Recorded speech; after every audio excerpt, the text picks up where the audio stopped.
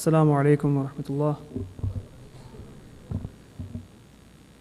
Before we begin, if I may request that everyone here, inshallah, as part of this presentation, we'll also do some practicals, and it'll be easier if we can actually sit in safs.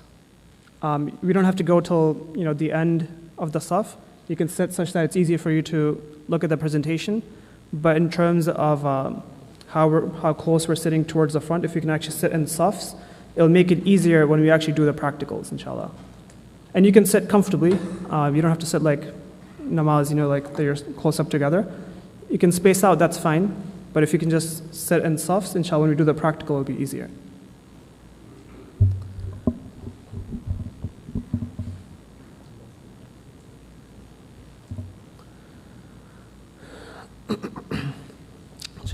بسم الله الرحمن الرحيم الحمد لله الذي هدى والصلاة والسلام على عباده الذين اصطفى خصوصا على سيد الرسل وخاتم الأنبياء وعلى آله وصحبه الذين اجتبى أما بعد.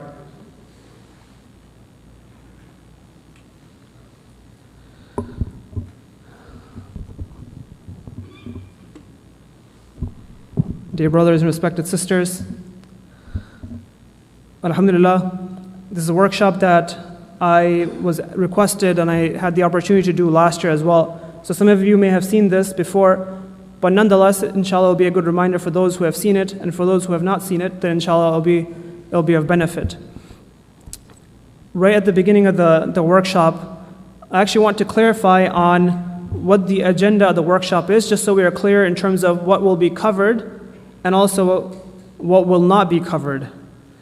So the purpose of this workshop is to walk through how the actual salah that we perform, how the actions are to be done.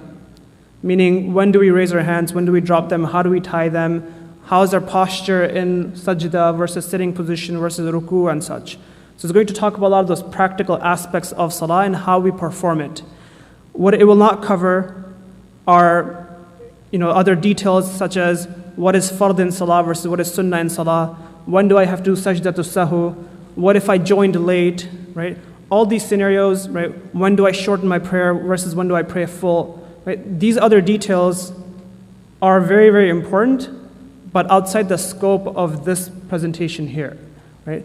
All these details that are related to salah that every single one of us should learn, right? Salah is a fard ayn. It's fard on every single person sitting here, right? Assuming you're an adult, right? It is a fard on every single person. And if we're performing that fard on a daily basis, multiple times on a daily basis, just the fard salah, and then you have on top of that the nafil salah, and then you have the wajib salah and such, it is necessary for every single one of us to learn the rulings of salah end to end. Right? However, I teach the fiqh of salah, and I struggle to finish it within 14 hours of instruction time. Today we have maybe like an hour or so. We're not going to be able to cover everything, right? Alhamdulillah, I believe Darul Salam, their academy on the weekends, does have a class on fiqh of salah as well. So, I would encourage you to register for that and to learn all the details of salah. But for the purposes of this presentation here, we're going to walk through just the practicals of salah and how to do it. We will first talk through them, and then inshallah, every single one of us in here will do them practically as well. And what we'll do is, both on the men's side and the women's side, everyone will do the practicals as well. And we have on the sister side, we have a lady who will also help just demonstrate some of the practicals over there, inshallah. I do ask that, however, the Q&A, when we come to the Q&A portion, that the questions from the ladies' side still be directed over here and not to the lady who's helping demonstrate. That's kind of beyond her responsibility at the moment. So inshallah, we'll walk through all of that today. Inshallah, we're going to first begin by covering just some quick background about salah and its importance, without going into too much detail. That's a separate topic of its own.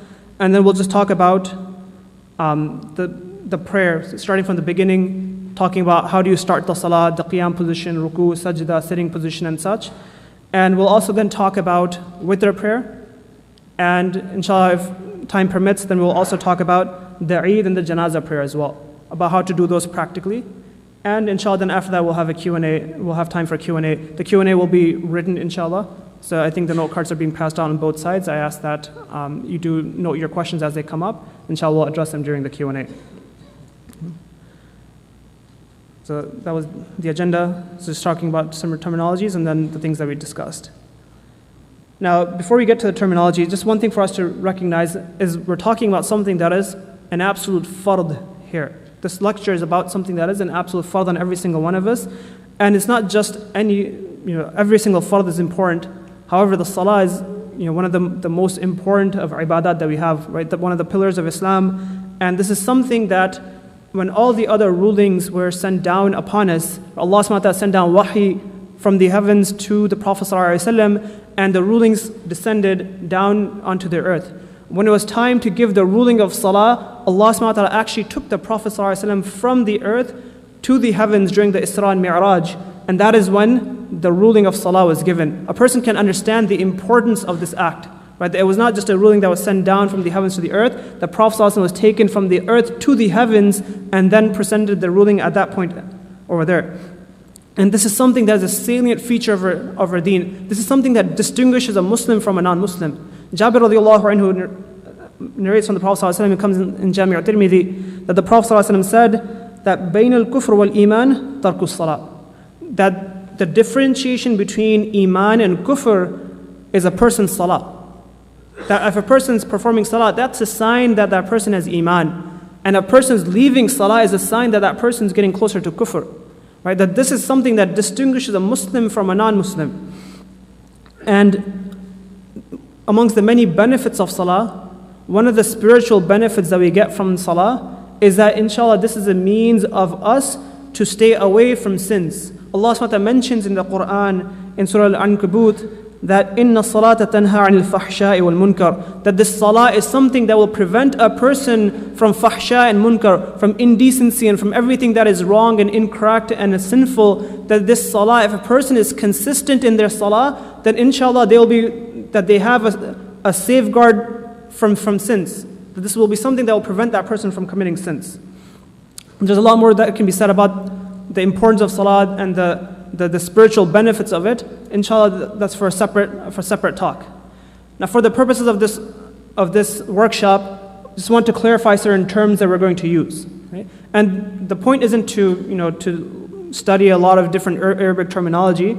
This terminology here that's specific to salah is something that all of us should know, right? Regardless of whether you study Arabic or have an intention to study Arabic or not. Right? These are just terminologies that as a Muslim we should just know.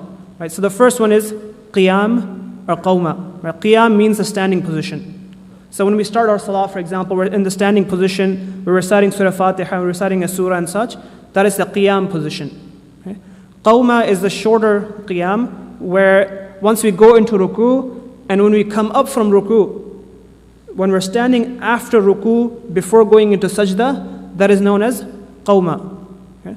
So qiyam and qawma. Ruku, right? That's the bowing position.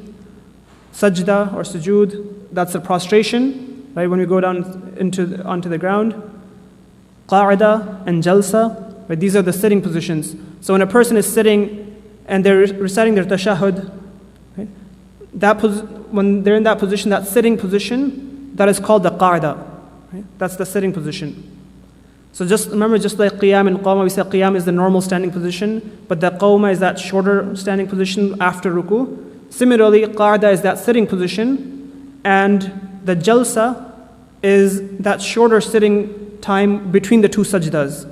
So when you get up from the first sajda, and before you go down to the second sajda, that is known as the jalsa. Okay? And inshallah, these, it's not that we're going to mention these terms now and not refer to the English again. We'll remind about the English again, inshallah. But for those of you who are taking notes and such, it'd be good to take this down. Takbir, right? A lot of us know this, right? You have a bayan and somebody says takbir and Allahu Akbar, right? That's what takbir is, right? Takbir is to glorify Allah subhanahu wa ta'ala, is to say Allahu Akbar. Okay?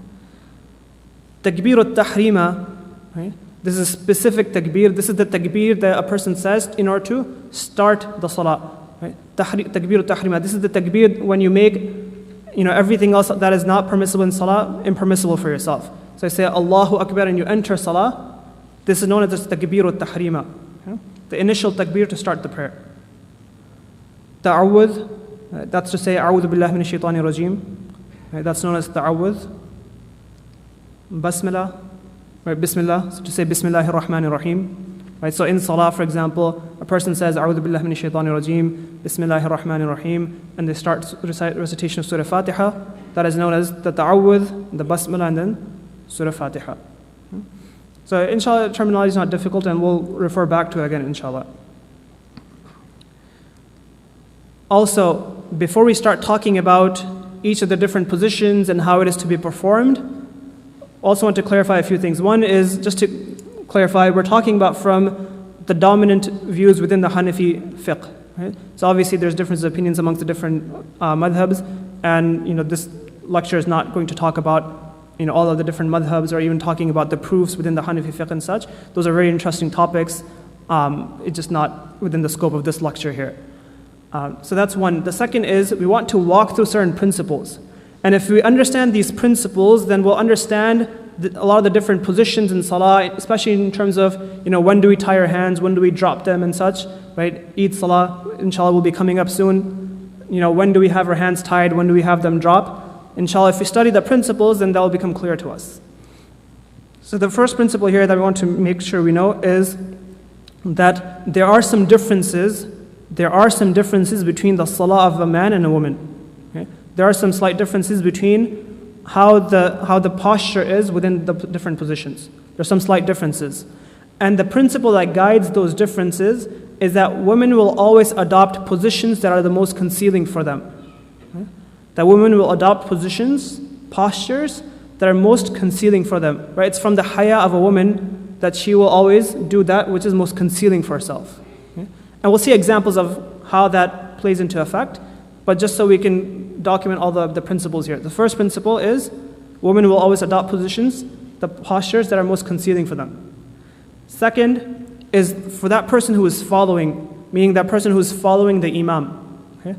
In Arabic it's known as the muqtadi, right? The person who is following the imam. Anyone who is following the imam does not recite anything from the Quran. They do not recite anything from the Quran.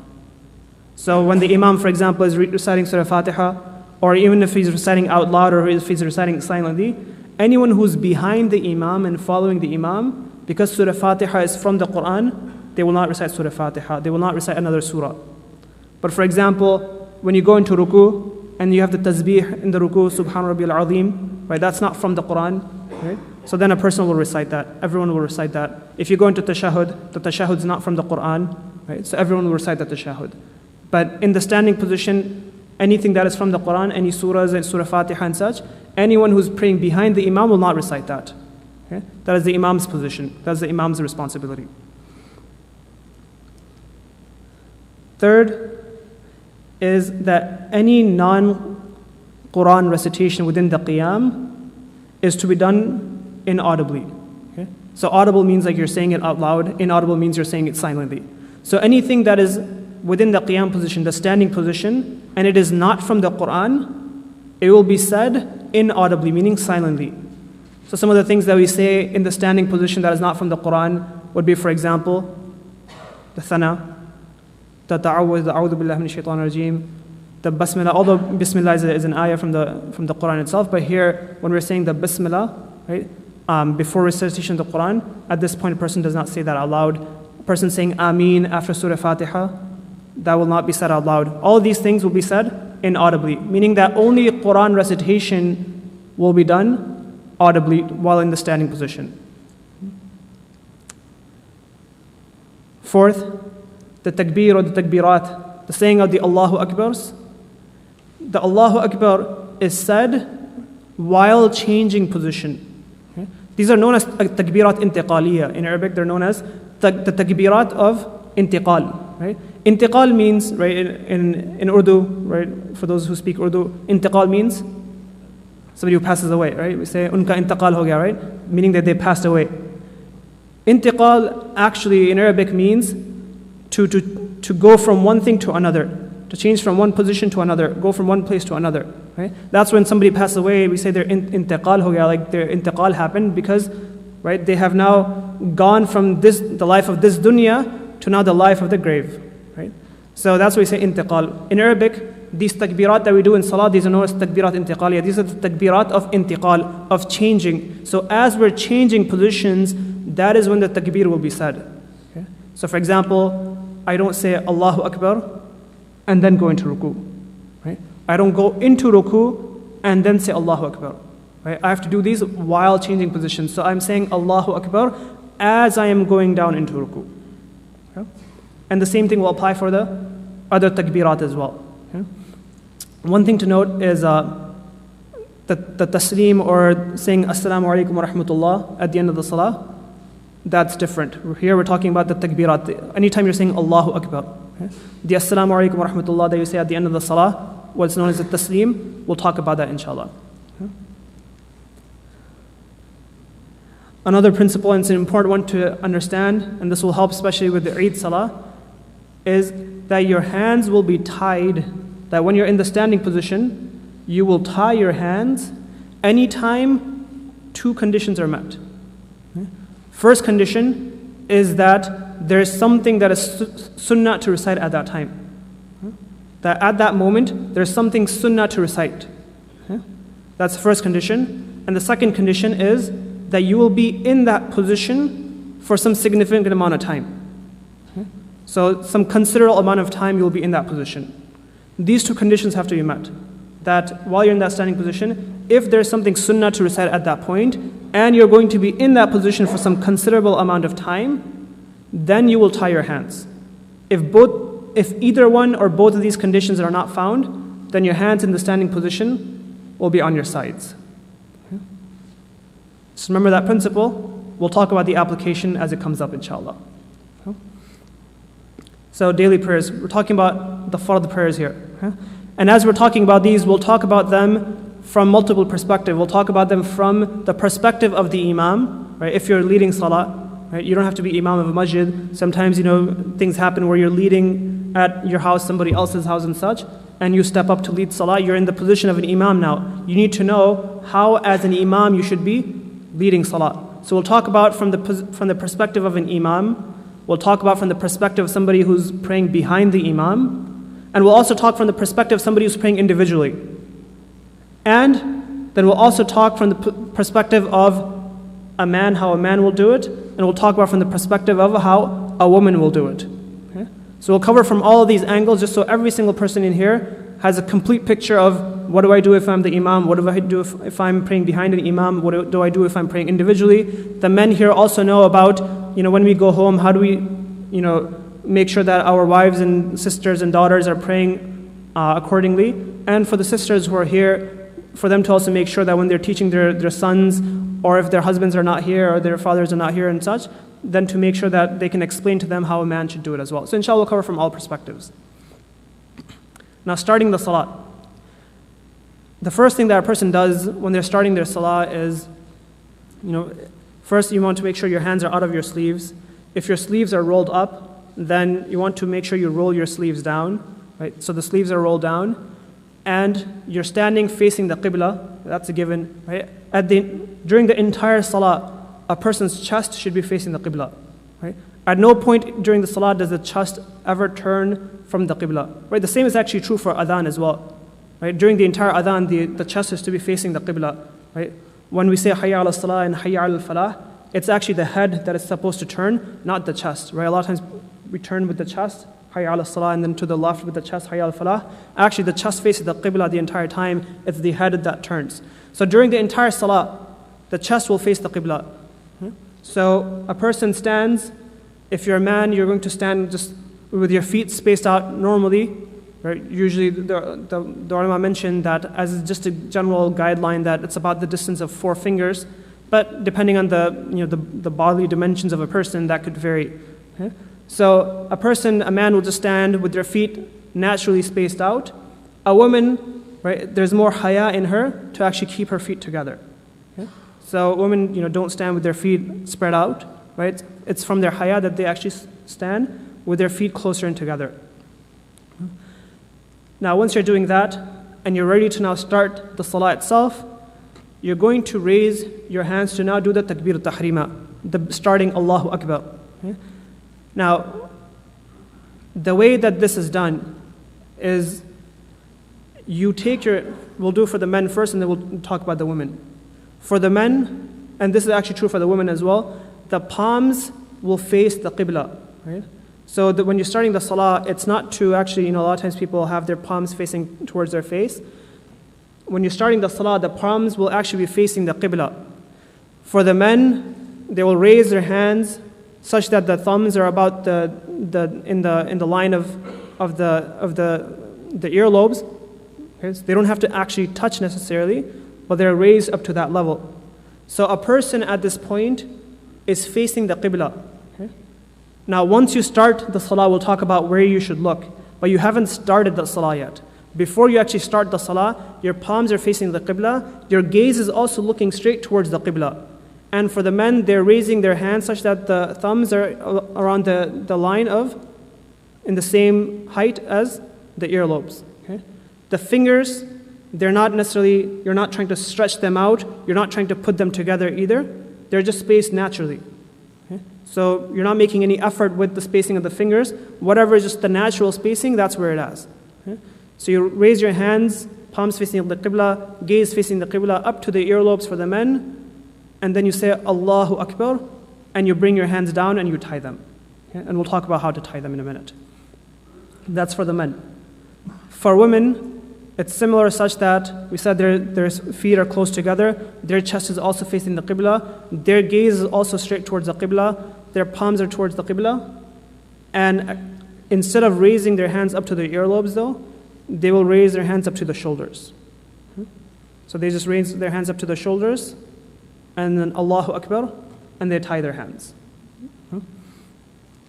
Inshallah, after we cover a few slides, we'll do these practically together as well. Now you've said Allahu Akbar, you've entered into salah at this point. Okay? Now as you enter into salah, your gaze will no longer be looking straight towards the qibla, your gaze will now be lowered down, and you're looking around the area where you will make sajda, meaning where your head touches the ground, approximately at that area is where your gaze is now. Okay? Now on forward, your gaze will always be lowered in salah. Okay? It's only before you start the salah that you're looking towards the qibla. So you said Allahu Akbar, your hands are now coming down, your gaze is also coming down. Your gaze will be now focused towards approximately where you're going to be making sajda. And now for the men, they tie their hands such that the thumb and the pinky finger will go around the wrist of the left hand. So the thumb and the pinky of the right hand will tie around the wrist of the left hand, and the other three fingers will just be spaced naturally on the back of the forearm. And now the hands are placed underneath the navel.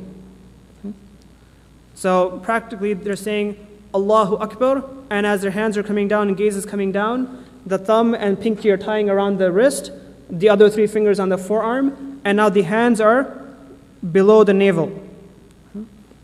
For women, their hands were raised up to the chest. They say Allahu Akbar, and they're not going to tie their hands such, they're actually going to take the palm of the right hand and put it on the back of the left hand. So they're not actually tying or grabbing or such, it's just the right palm on the back of the left. And now the hands are placed on the chest underneath the breasts. And also their gaze also comes down looking towards the sajda area. So for the men, they start off Allahu Akbar, gaze is coming down, the hands are being tied. For women, their hands are up to the chest, Allahu Akbar, gaze also coming down, and the hands are right palm on the back of the left, on the chest. And the gaze is now lowered. And now you've entered into the qiyam position, into the standing position. You're now in salah, and now you're starting in the qiyam position, in standing position. We already said that you will look at the sajda area. Now once you've entered salah, then you will start off the salah with thana. You recite thana inaudibly. Remember we said anything that is not from the Quran will be then recited inaudibly. So silently everyone's going to recite thana.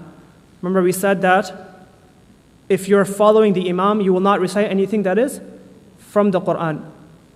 Thana is not from the Quran, hence everyone will recite it. Whether you're the imam or whether you're the follower, whether you're reciting individually, every single person will, at the beginning of the first rak'ah, will recite thana. Now after thana is a time for the A'udhu Billahi Minash Shaitanir Rajeem, the Ta'awudh, and the Basmalah, the Bismillahir Rahmanir Rahim. Remember that the A'udhu Billahi Minash Shaitanir Rajeem and Bismillahir Rahmanir Rahim is said before recitation. So anyone who's going to recite in Salah will then say A'udhu Billahi Minash Shaitanir Rajeem, Bismillahir Rahmanir Rahim. Okay? If you're not going to recite in Salah, you're not going to say A'udhu Billahi Minash Shaitanir Rajeem, Bismillahir Rahmanir Rahim. Okay? So if you're the Imam, obviously you're going to recite. So you will say, after Thana, you will say A'udhu Billahi Minash Shaitanir Rajeem, Bismillahir Rahmanir Rahim. Okay? If you're praying individually, obviously you're going to recite, you will say A'udhu Billahi Minash Shaitanir Rajeem, Bismillahir Rahmanir Rahim. If you're following the Imam, then remember we said you do not recite anything from the Quran, and hence because you will not be reciting anything from the Quran, you will not say A'udhu Billahi Minash Shaitanir Rajeem, you will not say Bismillahir Rahmanir Rahim. The Imam will, only the Imam or the person praying individually. Yeah, there's proof for every single thing within the Salah, right? In terms of where you should be, every single thing that we talked about is evidence from hadith, of course, right? Right. There's evidence for, so the question, just so everyone's understanding, is there's a request to give evidence for everything here. Inshallah, if we ever have like a 36, 48-hour workshop, then inshallah we can walk through all the evidences. But for the purpose of this workshop, the evidences are kind of out of scope, right? It's just, there's just not time for it. There's proof for everything, right? But we can't talk about everything here. We can take, if a person wants to talk about proofs behind something, you can have an hour, 2-hour workshop on just the standing position itself, right? Because in that you have so much proofs and counter proofs, and then response to the counter proofs in terms of, where should we look? Should the hands be raised? Should they be dropped? Right? Do we say Ameen out loud? Do we say Ameen silently? There's proof for everything. But not everything can be within the scope of this workshop, unfortunately.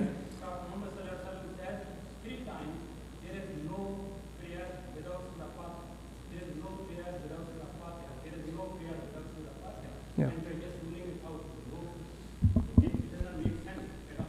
Is that the only hadith on the entire topic? Right?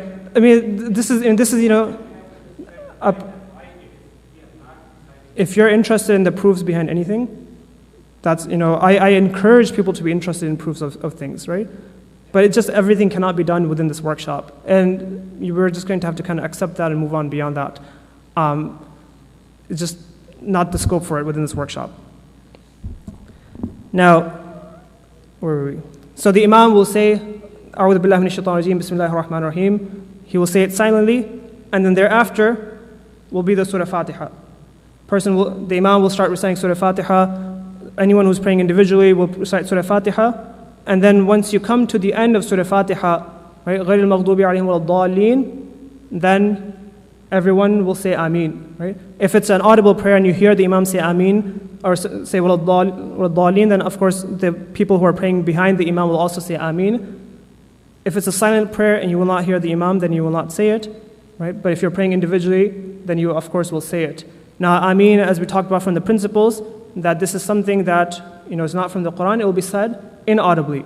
Okay? So, وَلَا الضَّالِّينَ, and then silently it will be said Ameen. Okay? Now, once the Surah Fatiha is finished, in the standing position, it's necessary to follow up Surah Fatiha in the first and second rakat of a fard prayer. In the first and second rakat of a fard prayer, it is necessary to also recite a surah after Surah Fatiha.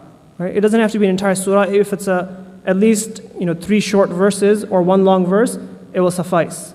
But normally, if you're reciting a short surah, then you recite a short surah. This has to be done in the first and second rakat of every fard prayer. For every non-fard prayer, then you will also recite a surah in the subsequent rakats as well. Okay? So for example, if your person is praying nafil prayer, and then it's a 4 rakat nafil prayer or sunnah prayer. So for example, before dhuhr, there's a 4 rakat sunnah. So then in that 4 rakat sunnah, in the 3rd rakat and 4th rakat, you will also recite a surah. Right? In the wajib prayers of, for example, witr, a person in the 3rd rakat will also recite a surah. In fard prayers, a surah is necessary in the 1st and 2nd rakat, not in the rakats that follow thereafter. So now we're talking about the first rakat still. So the Imam will then recite a short surah. Thereafter, if you're praying individually, you will also recite a short surah. And thereafter, once you've finished, then you say Allahu Akbar, and you're ready to go into ruku. Again, as we talked about, the takbirat, they're said as you're changing position. So as you're saying Allahu Akbar and you're changing position, you're entering into ruku at that point. Once you're at that point, you have now entered into the ruku position. Now, once you're in ruku, you will assume the ruku position, and the ruku position is such that there's a difference between the men and women, again, based off of that principle of what is more concealing for women, right, and based off of haya. For the men will have their legs straight, and they will bend down such that they will try to make their backs as straight as possible. Right? The natural outcome of that will be that the buttocks will come out a little bit, right? Because as you're bending down and you're going down all the way and you're trying to make your back straight, the natural thing is that if you make your back straight, then the buttocks will come out a little bit. So the men will keep their legs straight, going down in ruku, trying to make their back straight as well. You're basically trying to come as much as a 90-degree angle as possible. Your head, when you're in ruku, you're neither looking up nor are you trying to look down necessarily. The head is also just in line with the back as well. And when you're in ruku, your gaze will naturally be where your feet are, the top of your feet. So the men will say Allahu Akbar, go into ruku, trying to make their backs as straight as possible, as perpendicular as possible, gaze on the feet, and the legs are straight, the back is straight, the head is just in position in line with the back. Sorry? And the hands are also straight as much as possible as well. And the hands, while they're on the knees, will then be tying or grabbing the knees. Okay? And we'll do a practical as well, it'll be easier to understand. So when you go into ruku, your hands are now grabbing the knees, you're as perpendicular as 90-degree angle as possible. The women, however, right, for them, out of haya, it's slightly different. Right? For women to make their back straight and for their buttocks to stick out completely, that's something that will be against haya for them. Their position is slightly different, such that what they will do is they actually bend their knees just a little bit, and they bend down such that their fingers are now reaching the knees. Okay? So now once their fingers reaches the knees, that is now the ruku position at that point. Once your fingers have reached your knees, that's the ruku position. So the women will bend their knees slightly, and they will bend down just a little bit until the fingers have now reached the knees. They do not grab the knees.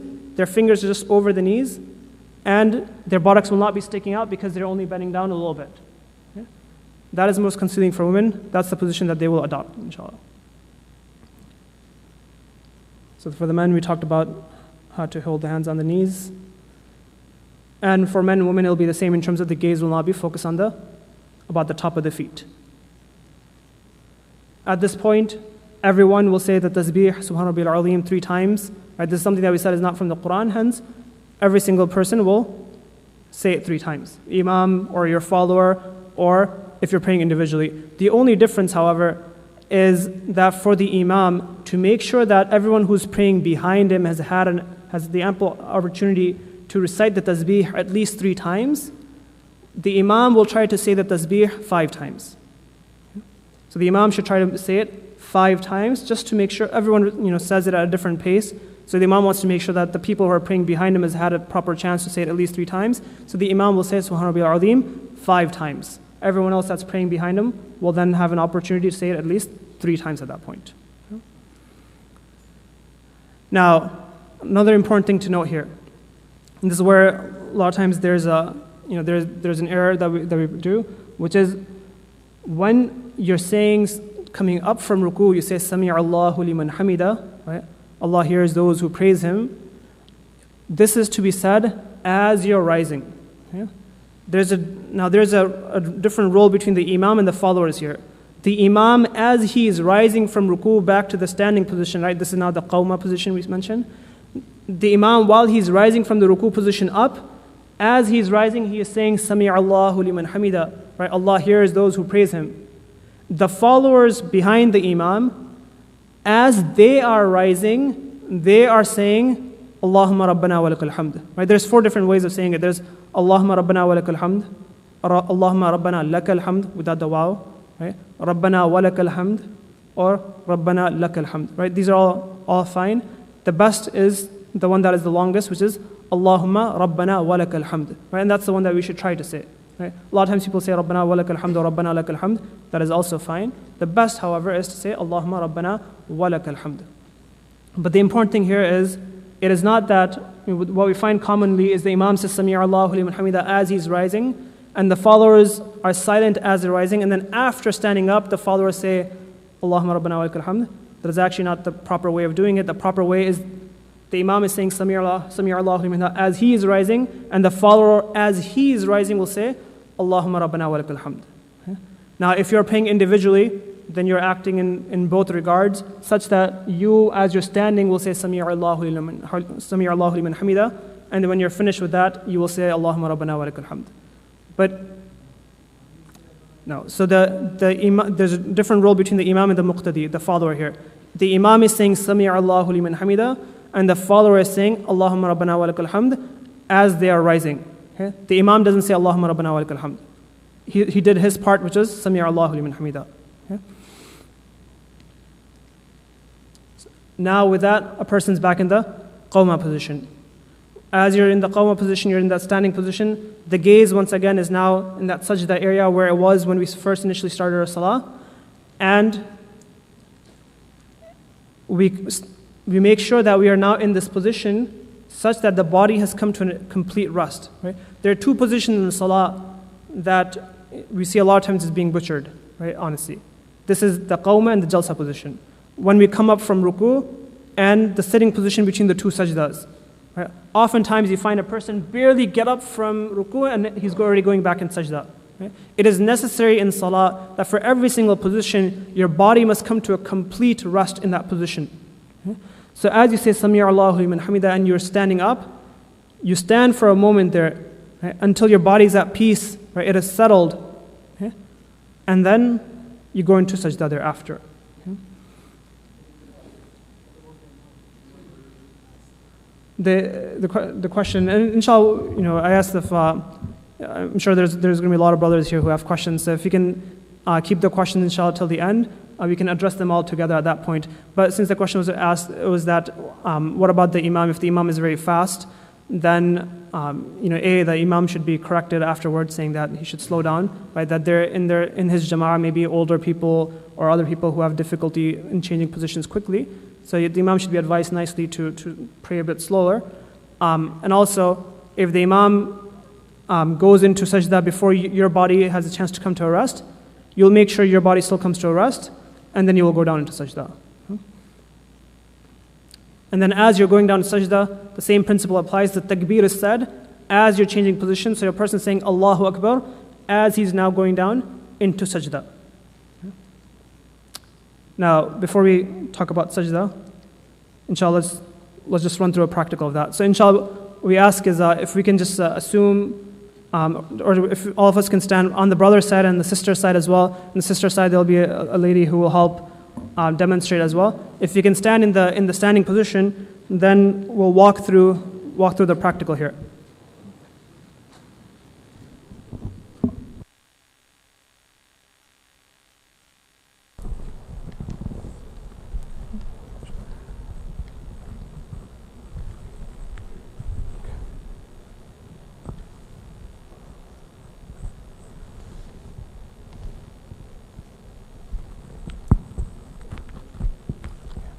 So, just make sure. So as we're starting from the beginning, inshallah. So we're standing, and we'll first do it as men would do it, both on the men's side and the ladies' side. Everyone will do it together as men would do it, and then everyone together will do it as women will do it, inshallah. So we're first doing it as men would do it. So everyone's standing. The feet are naturally spaced out, right? You don't have to measure 4-finger length as such.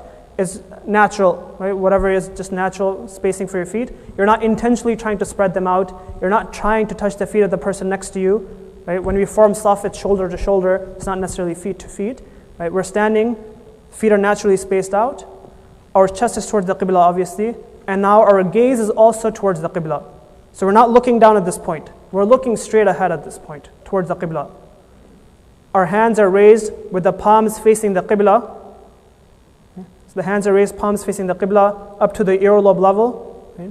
You don't necessarily have to touch. If a person touches, that's fine, but it's not necessary. You raise it up to that level. Gaze towards the Qibla, just make sure. And the palms also facing the Qibla. They're not turned inward, they're just straight towards the Qibla. The fingers, you're not trying to close them, you're not trying to spread them out, you just have left them naturally. And now, say, Allahu Akbar. And as you're saying Allahu Akbar, your hands are coming down. Your gaze is now coming down towards where you would make sajda. And now your hands are tied such that the thumb of the right hand ties with the pinky of the right hand, the small finger of the right hand, around the wrist of the left hand. Okay? The other three fingers are left naturally on the forearm. And now these hands are tied underneath the navel. Okay? And now the gaze is looking towards the sajda area. Okay? Is that clear? One more. Sorry? Oh, I mean, there are other things that a person should make sure right before you start the salah, in terms of like, make sure you have wudu, you make sure your saf is formed properly and such. There's kind of some of the things that go before the salah as well. You make sure that all those things are done. Saf, the brother was asking about how do we form the saf. The safs are aligned with the heels, not from the toes. They're aligned from the heels, so making sure that everyone's heels are on the line, inshallah. Right, so a person obviously as they're standing in salah also has to have the intention of what salah they're praying. So a person knows that, okay, I'm about to pray Dhuhr prayer and such. Now the niyyah, important to note, is that the niyyah is in the heart. Right? It's necessary for the niyyah to be in the heart, meaning you have to know in your heart what you're about to pray. You don't necessarily have to say it out loud. Right? Sometimes it's recommended that people say it out loud just so they have proper concentration then.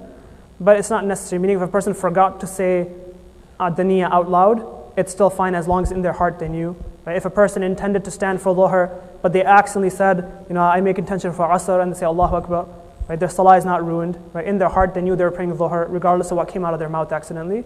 So the niyyah is in the heart. Yeah?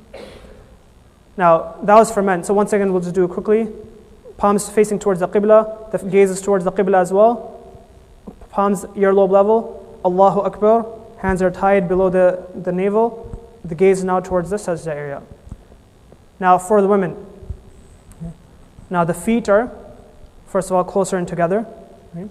So ideally they're touching. If that's not possible for someone, then they're as close as possible. The gaze is still towards the Qibla. The palms are also towards the Qibla. However, the hands are raised to the chest level, not to the earlobe, to the chest level. Okay? And then also they've made the intention and such. And at this point they say Allahu Akbar, and as they're saying Allahu Akbar, same thing, their gaze is also coming down towards the sajda area, and they have their right palm go on the back of their left palm, and the hands are now on their chest underneath the breast. Okay? And now they're also in salah at that point. So, so imagine now we're in the qiyam position, where you can adopt the men's position, women's position, your preference. For the purpose of the workshop, your preference, right? In salah, like you should, men should do men's and women should do men's. So now you're in salah. Okay? Now salah has started. Every single person here is now going to say the thana. So everybody recites thana inaudibly, silently. And now, if you're the imam, then you're going to be reciting Quran at this point. So you should now say, A'udhu billahi minash shaitanir rajim, Bismillahir Rahmanir Rahim, and then thereafter recite Surah Fatiha. Okay? For those who are praying behind the imam, right, this is also the same if you're praying individually as well, right? Then you're your imam at that point. For those who are praying behind the imam, then at that point, after they've done their thana, now they're silent, right? Because it's now the imam's job to lead that salah and to lead in the recitation. Okay? Now at that point, he's behind. The Surah Fatiha is done by the imam. If it's an audible prayer, if it's being said audibly, then you'll hear the imam say غَيْرِ الْمَغْضُوبِ عَلَيْهِمْ وَلَا الضَّالِّينَ, and at that point, then everyone will say Ameen, but you'll say it silently, okay, inaudibly at that point. If it's a silent prayer, you won't hear the imam say it anyway, so you won't say anything either. And now you've reached towards the end of the first rakat. Okay? Now we'll say Allahu Akbar and go into ruku. So first we'll do it as men would do it, and then we'll do it as women would do it thereafter. So Allahu Akbar, we're saying as we're now going down in ruku, right? So we're not saying Allahu Akbar and then changing positions, or going into ruku and then saying Allahu Akbar. We're saying Allahu Akbar as we're going down into ruku. Now when we go down into ruku, our hands are now tying or grabbing our knees. For men, they're grabbing the knees. The legs and the knees are straight. You'll try to make your hands straight as well, and you will bend down as much as possible in order to make your back straight as well. Okay? Now if your back cannot be 100% straight, don't worry about it, right? You go as to the best of your extent, you try and you make your back straight. One thing to remember is for a lot of these positions, some people have knee problems, some people have back problems and such, and there are differences, and for those people, right, obviously there's leniency and that's fine, but for those who can, you try to make your back as straight as possible, and your head is neither going down, it's neither trying to come up, right? It's just naturally in line with your back as well, and your gaze naturally at that point will be on top of your feet. Okay? And now you're in the ruku position. You recite the tasbih, Subhana Rabbil Azim, right? If you're the follower, if you're praying individually or such, you recite at least 3 times. And the imam will then try to recite it at least 5 times, just to make sure everyone else behind him has had a chance to recite it. That's for the men. So once again, for men we'll do it one more time. So we're standing, and then Allahu Akbar. We're going down, backs are being straight as much as possible, the knees are also straight, the hands are grabbing the knees, the gaze is on top of the feet. Okay? The head is neither coming down, it's neither looking up, it's just in line with the back. Okay? And then for the women, okay? So the women are standing in salah, their hands are on their chest, feet are close in. Okay? So everyone will, if you can adopt the woman's position at that point, right? So the women are standing at this point. The first rak'ah comes to an end. Same thing. The imam is saying Allahu Akbar as he's going down to ruku. The women are also doing the same thing, right? Or even if women are praying individually, they're saying Allahu Akbar as they're changing positions. Except what the women will do is they don't want to make their back straight and have the buttocks come out, right? Even if they reach their knees, right, they have to bend down a little bit. So what they do is they bend their knees just a little bit, right? So bend the knees just a little bit, and then you reach your fingers towards the knees, right? And what will happen with that is that's even less that you have with the back being straight or the buttocks sticking out. And the women are also looking down at the top of their feet, right? But they're only bending down very slightly. Okay? So once again, the women are standing in the standing position, and now it's time to change position. So Allahu Akbar as they're changing, knees bend just a little bit. The fingers are on top of the knees, they're reaching the top of the knees, right? They're not grabbing the knees, just they're placed on the top of it. And the gaze is now on top of the feet as well.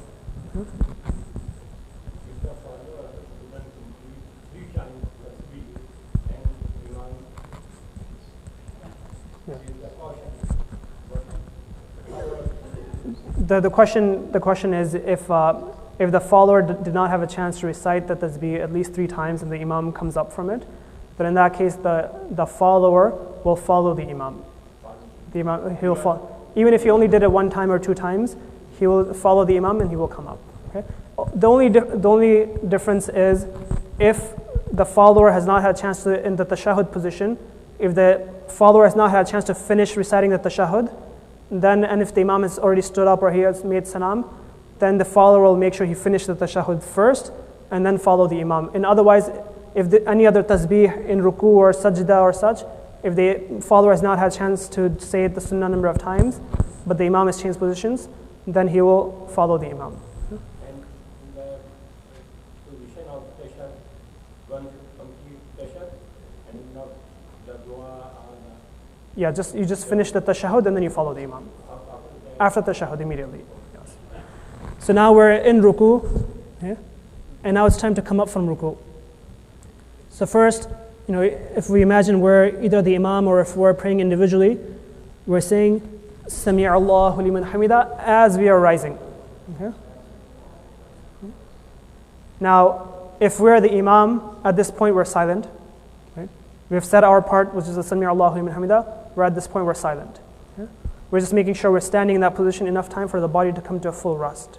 Okay? If a person's praying individually, then you have said Sami' Allahu liman hamida. Now you also have to say Allahumma rabbana wa lakal hamd.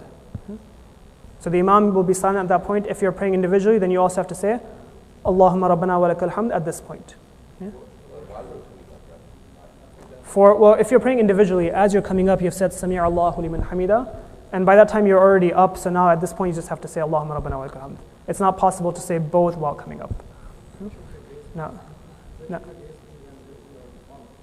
When you're in the qama, so good question. So now once you have stood back up, your gaze will go again to where the standing position gaze is normally, which is your sajda area. Okay? So that's for if you're the imam. Okay? Now if you go back into ruku, now we'll do it as the muqtadi or the follower will do it. So if you hear the imam say Sami' Allahu liman hamida, then as we are rising, we're saying Allahumma rabbana wa lakal hamd. Okay? As we are rising. Okay? So not after we have risen or after the imam finishes saying Sami' Allahu liman hamida. This is, the imam may still be towards the tail end of his Sami' Allahu liman hamida, and as we are rising, we're saying Allahumma rabbana wa lakal hamd. Right? And you know if this is being done properly or not, because in Salah, like you hear the imam say Sami' Allahu liman hamida, and then you hear right? Then you just hear from the congregation. So then you know, okay, everyone's just saying it afterward, right? So we shouldn't have like that little sound after the imam finishes saying it. Right? It should be as we are rising, we're saying Allahumma rabbana wa lakal hamd, right? As we rise. No, it's the imam says the takbir out loud. Everyone else behind the imam will always say all the takbirs silently. Now, inshallah, I know there's some more questions. Inshallah, yeah. Oh, I don't. No, the imam, he'll say Sami' Allahu liman, that's it. Right? He's not saying anything after that. And I know there's a few questions, inshallah, and good ones. But it'll be unfair on my part to take some brothers' questions as I'm doing the demonstration, and then for others to say, I'll take it during the Q&A. So just, no one comes to me afterwards saying, you took so-and-so's question and not my question. Then inshallah, we'll try to take everyone's question together, inshallah. Right? And there's going to be a lot of good questions on this topic. And I'll accept that as we're doing the demonstrations, it's not possible to cover every single angle. And that's where the question answers really help. But they're really going to slow down the demonstration if we try to take everything during this time. Okay? So now we've done that as the follower as well, that as we're standing, we're saying Allahumma rabbana wa lakal hamd. We've stood up. We're just waiting for our body to come to a rest. Now the body has come to the rest. The gaze is focused on the sajda area. And now it's time to go into sajda. So say Allahu Akbar as we're now going into sajda. Okay? So now we'll talk about the sajda, inshallah.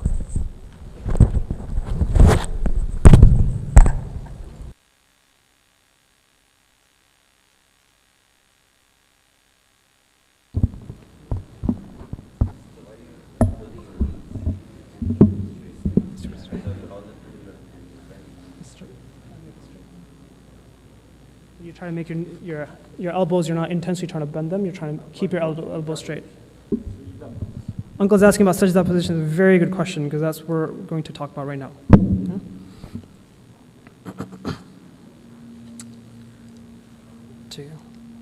It's like the presentation can't go fast enough, right? We always want to have answer to the next question, mashallah. So now, as we're going to sajda, we're talking about, you've already done the qawma position, right? That's standing after the ruku position.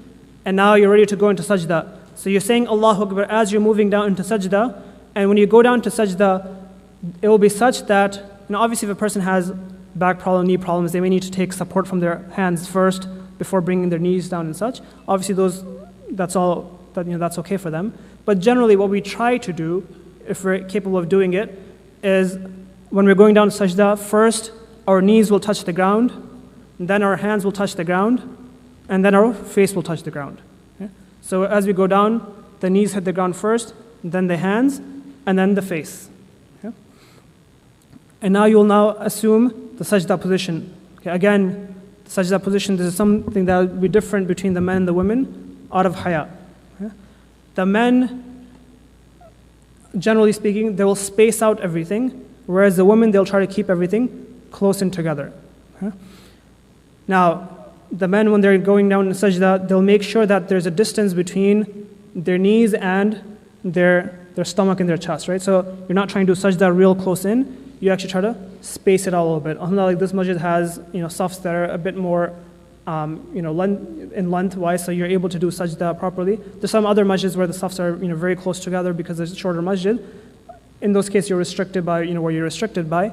But where possible, men try to do sajda. Your face and your body is away from where your knees and your thighs are. Right, so you're trying to stretch yourself out. There's a good amount of opening underneath your stomach area and the ground. The elbows will also be spaced out away from the body. Right? So you're not trying to keep your elbows close in. You're not trying to make them perpendicular either. Right? They're just spaced out a little bit. Right? If you're praying it, in jama'ah and if it's safs are pretty tightly packed and you're not able to space your elbows out, that's fine, right? But where possible, then you try to keep your elbows slightly away from your body. Okay? Not perpendicular though, just slightly away from the body. The palms, they're on the ground such that they're close to your head. Okay?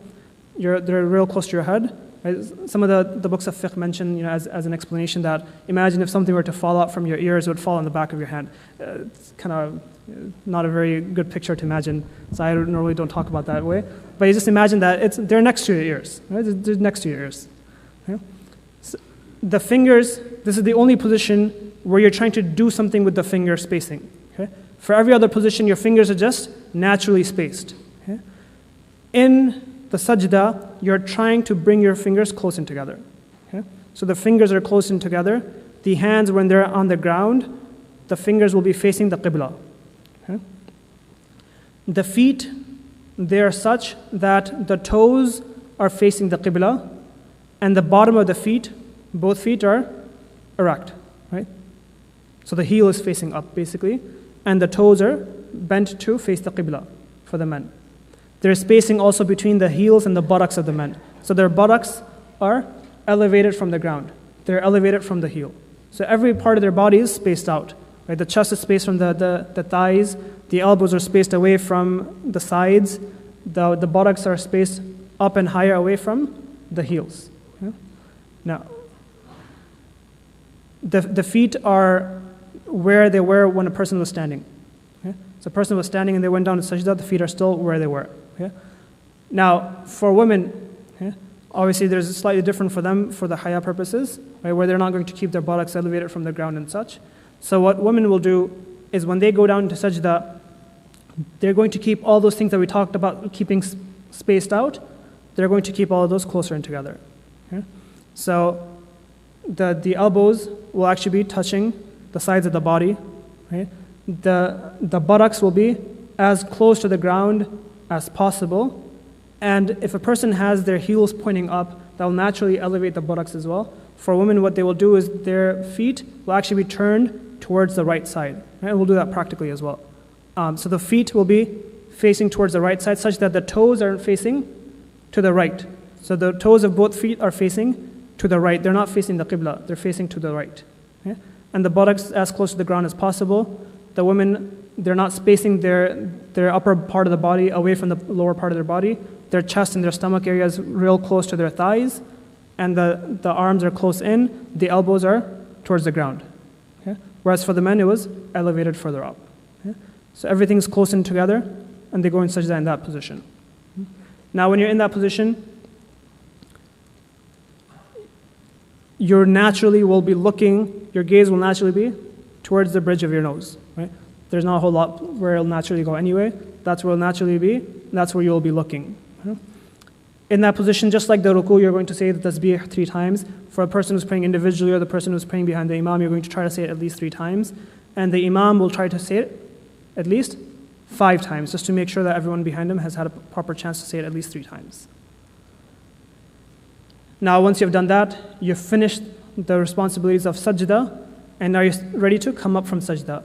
Now, this was the first sajda, so when you come up from sajda, you will now go into that sitting position that is between the 2 sajdas, which we said was known as the jalsa. Okay? You'll say Allahu Akbar as you're getting up to go into the jalsa position. Now, the jalsa position is the same, you'll be sitting in the jalsa position the same way that you sit in the qa'da position. So we haven't gotten to the qa'da position yet, which is the position after 2 rak'ahs, for example, or at the end of the salah. We haven't gotten there yet. But the position that you will adopt within the jalsa is the same as what you will adopt within the qa'da. Okay? So the way that the men will be sitting, okay, is they'll be, the left foot will have its toes facing the right. Okay? So the left foot is in this manner, okay, where the toes are facing right.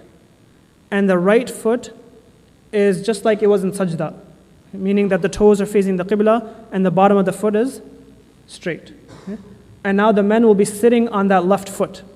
So they're sitting on the left foot is flat on the ground with the toes facing the right side. The right foot, toes are facing the qibla, but the bottom of the foot is straight erect. Okay? Their hands are on their thighs, okay, and the fingers are facing the qibla. They're naturally spaced. The gaze is towards the qibla, or the gaze is towards the sajda area. Okay? And now you're sitting in that position.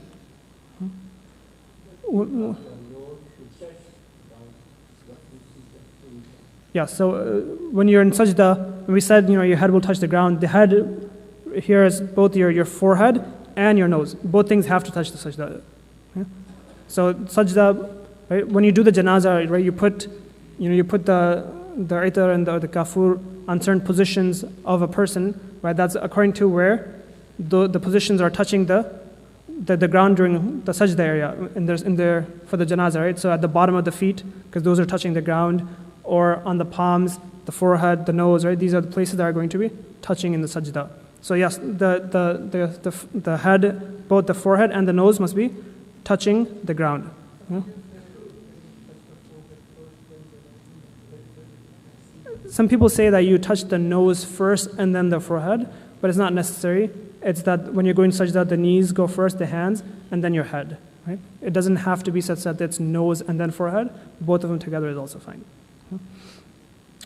Now, the women, what they will be doing is they have both of their feet already facing towards the right side. So those feet will continue to be facing towards the right side. And they will then sit on the ground. So they're not sitting on their feet, they're actually sitting on the ground. Okay? Now, their hands are similarly in the sense that the hands are closer towards the knees and the fingers are still facing the qibla at that point. Okay? The buttocks are on the ground. The gaze is at the sajda area.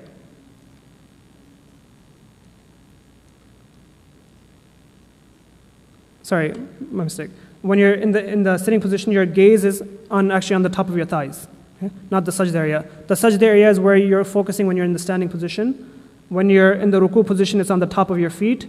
When you're in sajda, it's the bridge of your nose. And then when you're in the sitting position, whether it's jalsa, whether it's qa'da, your gaze is actually down on the top of your thighs at that point. The fingers are on the thighs. They're not entirely on the knee. They're on the thighs, closer towards the knee, right? And the fingers are spaced naturally as well. You're not trying to close them. You're not trying to open them. They're left naturally. Sorry? Fingers, yes, for both men and women. And now, once you're in the sitting position, you make sure that your body has come to a complete rest, right? This is that second position that we talked about that a lot of people don't give it proper attention, right? The qawma and the jalsa position. A lot of times people barely get up from sajda, then they go back down. Okay? So you make sure that when you're sitting in that position, your body has come to a complete rest, and then you say Allahu Akbar, and you go down into sajda again. Now once you finish that sajda, you say Allahu Akbar, and you're ready to come up for the second rak'ah. Now, a lot of things from the first rak'ah will be similar in the second rak'ah. Okay? We'll talk about that. Now, as you're getting up from sajda, so remember that sequence that you went down in sajda where your knees touch first, then your hands, then your head? When you're coming up from sajda, it will be the reverse order, meaning your head will come up first, then your hands will come up, and at that point when your hands come up, your hands will then go on your knees, and then your knees will come up from above the ground. Okay? So as you're rising, your hands are on the knees. As you're going down to sajda, your hands don't have to be on the knees or such. They can be wherever. But as you're coming up from sajda, the hands are then placed on the knees as you're rising. Okay? You're back in the standing position, so the standing position gaze is towards the sajda area. And if you're the imam or if you're praying individually and you have to recite the Quran, then you will say at this point, Bismillahir Rahmanir Rahim. The A'udhu Billahi Minash Shaitanir Rajeem is only said in the first rakat. In all subsequent rakahs, for the person who is going to be reciting, he will only say Bismillahir Rahmanir Rahim. And again, it's said inaudibly. Similar to the first rakat, Surah Fatiha will happen, and then if it's audible, everyone hears the غَيْرِ الْمَغْضُوبِ عَلَيْهِمْ وَلَا then there will be an Ameen that will be done inaudibly. And this, since this is the second rakat, the Imam will have to then recite another surah after Surah Fatiha. And thereafter, similar to how we did in the first rakat, a person will then go say Allahu Akbar, moving into ruku.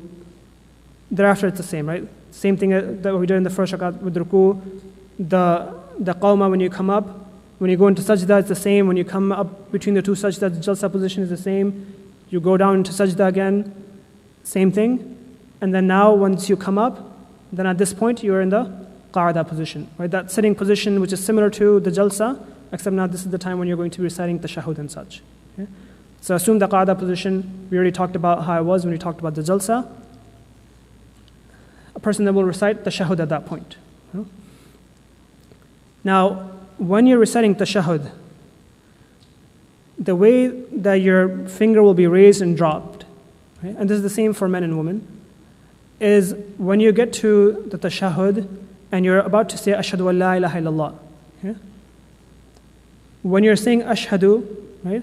At that time, right before you say la ilaha illallah, your fingers are trying, your right hand, your fingers are coming up such that your thumb and your middle finger form a circle, and your ring finger and your pinky will be folded in, and your right index finger is the one that will be raised. Okay? So, imagine my left hand here is, my thigh. I have my hand here, and ashhadu an la ilaha illallah, right? The thumb and the middle finger form a circle. The two other fingers, the ring and middle finger, are folded in. It's the right index finger that will be raised and dropped. Now the rule for when you raise it and you drop it is that you'll raise it on negation and drop it on affirmation. Okay? So you raise it on when you're on negation, and you drop it on affirmation. So when you're saying ashhadu, that I testify, la ilaha, right? That there's no deity illallah, except Allah subhanahu wa ta'ala. Right? So first there's a negation of everything besides Allah, and then there's an affirmation of only Allah subhanahu wa ta'ala. Right? So when you're saying la ilaha, that is when you're raising your finger. Right? So it's ashhadu la ilaha, and then when you're saying the affirmation illallah, that's when you're dropping the finger. So ashhadu la ilaha illallah. Okay? So raised on la ilaha. Yeah, la ilaha is when it's raised, and when you're saying illallah is when you're dropping it. Yes. Sure. So for the right hand, we said the finger will be raised for negation, drop for affirmation, right? But when you have to raise your finger, what you will do is the middle finger and thumb will form a circle. Okay? The ring finger and the middle finger, they're just going to fold in, right? Meaning if you're going to make a fist, right, how those fingers would come in, the same way those two fingers will come in. Thumb and middle finger are making a circle. And now at la ilaha is where you're raising the finger, and illallah is when you're dropping the finger.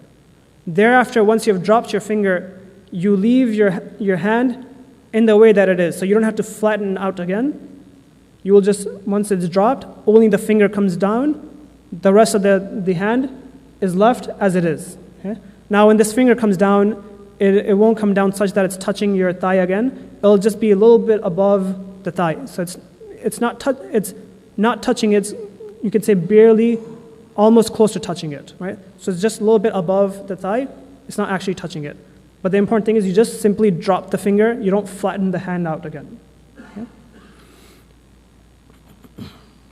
Now, at this point, if this was, let's say, a Fajr Salah, then at that point, you will continue to recite your durood and dua, and then you will end with the salam. But if there's more rak'ahs here, then at that point you will stand up for, let's say Allahu Akbar, and stand up for qiyam, for standing position again. Yeah? Now in the case where there's no more rak'ahs, you send peace and blessings upon the Prophet ﷺ, and then you make dua, and you complete the prayer with a salam. Now, for saying the salam, remember with the principle that we talked about for the takbir? We said all the takbirs are said as you're changing position. Right?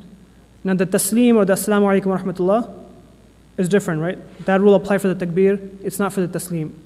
For the assalamu alaikum wa rahmatullah, what you will do is you will actually turn first and then say. Okay?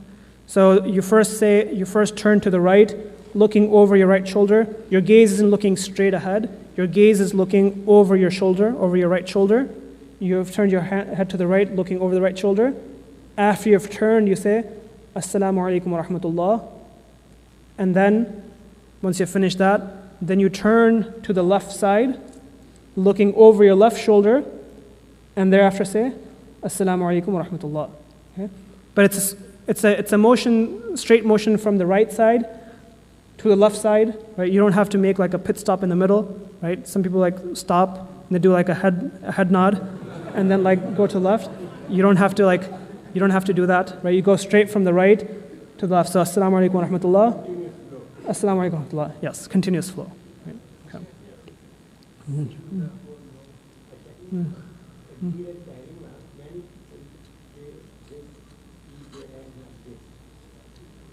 Right. Right. We talked about that.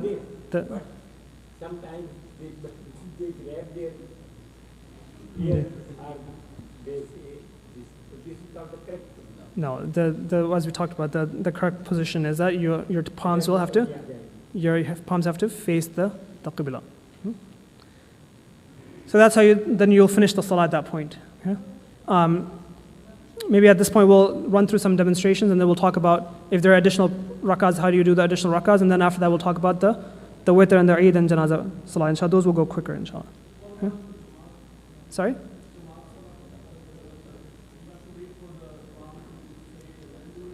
Oh, good question. The question is, what about if you're praying with the congregation? So the imam, when you're praying with the congregation, will say, Assalamu alaikum wa rahmatullah. He'll turn and say, Assalamu alaikum wa rahmatullah. And as you hear the imam say, Assalamu alaikum wa rahmatullah, then you will also turn and say, so you don't have to wait till the imam finishes the second one. When you hear the first one, you say you'll do the first one, and then the second one. One thing to know also for the imam is when you're the imam and you're saying, Assalamu alaikum wa rahmatullah, the second Assalamu alaikum wa rahmatullah that you say when you turn to the left, you make it slightly lower in voice than the first one. So if you're the imam, you would say, Assalamu alaikum wa rahmatullah, Assalamu alaikum wa rahmatullah. Right? Then you end just a little bit softer than you did on the first salam.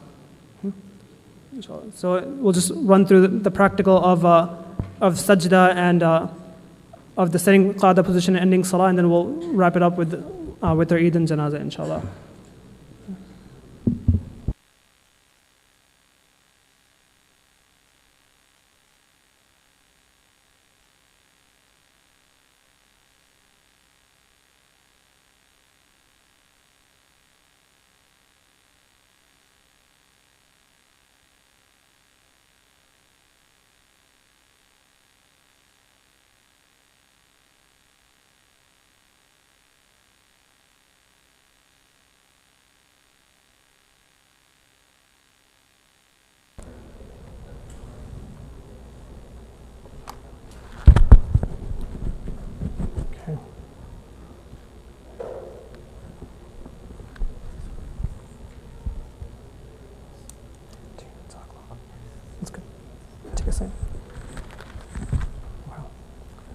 So let's say we finished the last practical we did when we stood up from ruku, and now we're in the standing position.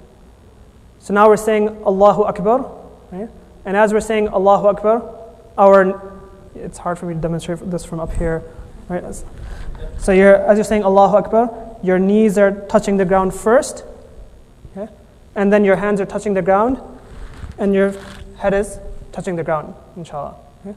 So then we'll talk about actual sajda, but as we're going down, we're saying Allahu Akbar. You're saying, where you're standing position, you're saying Allahu Akbar coming straight down, knees touching the ground first, okay? And then your hands are touching the ground, and then your head is touching the ground thereafter. So if we can we'll do that first, and then we'll talk about the sajda position. Sorry? Yes, obviously if older or even younger people, somebody who has backache, knee problem and such, there's different. Right. While you're going down in sajda, your hands can be anywhere. They don't have to be on the knees and such. Okay? So,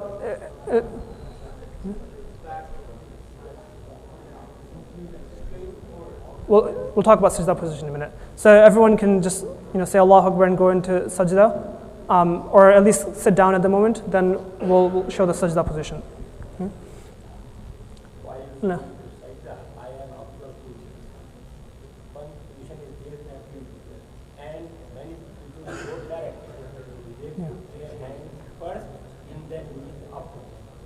हो सकता मे भी पीठ का कुछ दर्द होगा हो सकता तकलीफ होगी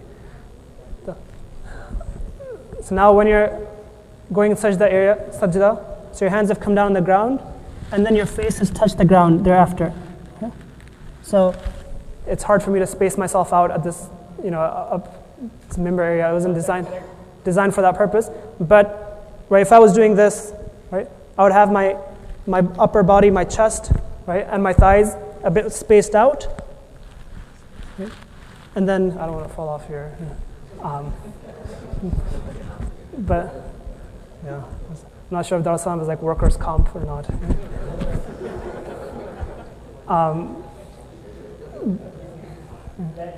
Yeah. But just make sure that as you're going in sajda, for the men's position, first thing to note is if you look at the feet, both the bottoms of the feet are straight erect, so the heels are up. The toes are facing the qibla, right? So the toes are folded in, they're facing the qibla. And when you go down to sajda, then your body's spaced out, right? Both the feet are erect.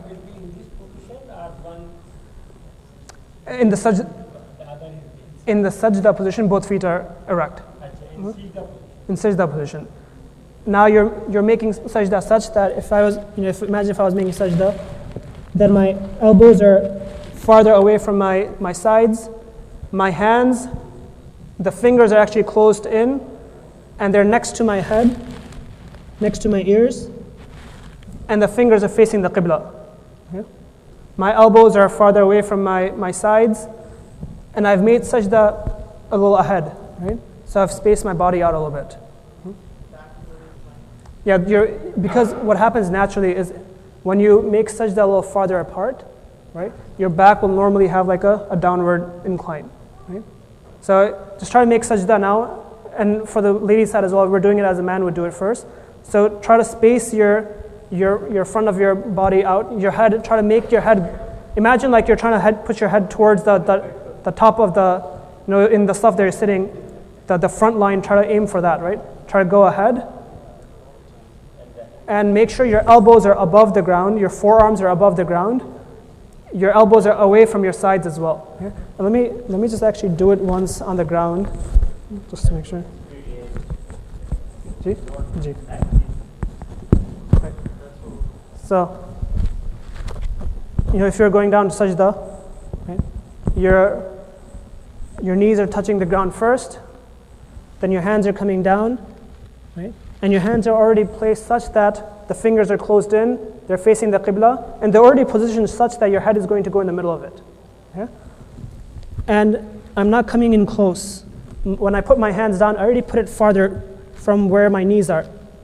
So now when I go in sajda, my elbows are away from my sides. There's a distance, there's a gap between my stomach and the ground. There's a distance between where my chest and my thighs are. Okay? Where my head and my knees are, there's a good distance between them, and my feet are such that the toes of both of my feet are facing the qibla, and they're both erect. Everything's spaced out. Yeah, in sajda, your fingers are closed in. This is the only position that we said that you actually do something with the spacing of your fingers. You close them in, and they're facing the sajda, or they're facing the qibla. Okay? I'm sorry? They're next to you, they're next to where your ears are. Right? All the fingers are closed in. Right, all the fingers are closed in. Yeah? Yeah? Yeah, your feet remain where they were. So when you're standing, wherever your feet are, that's where they will remain when you're in sajda as well. Yeah? So your feet don't move. You don't have to bring your feet in closer or such. Your feet are where they were in sajda. Yeah? When you're in sajda, you're going to say Subhana Rabbiyal A'la 3 times at least. The Imam will try to say it 5 times. Yeah? For the women, let me just do it here, and then I'll do it from the top if I can. For the women, it's slightly different. So now, I'll do it first if you guys remain seated, and then we'll all stand up and do it as the women would do it. Okay? The women, when they're coming down, the same thing. Their feet are closer in together. Their knees have come down on the ground. Right? Their hands go close to where their knees are. Okay? So the men, we put it at a distance. Women will keep it close in. Okay? The feet will turn towards the right side. Okay?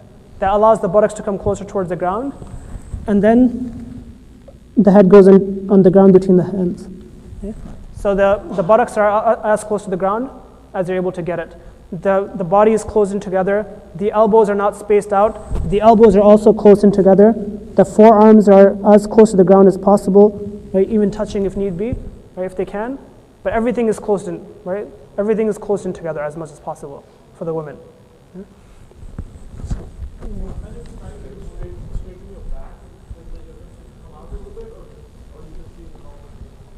For the men, what will happen is your buttocks are going to be quite elevated from the ground. If you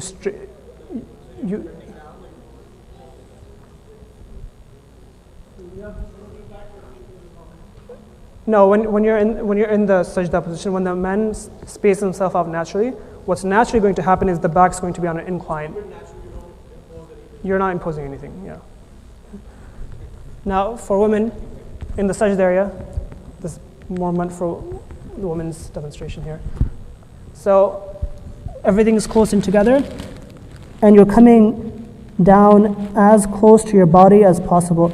Only thing is, I can't here turn my feet towards the right side, but you'll turn your feet towards the right side, and everything will be close in together.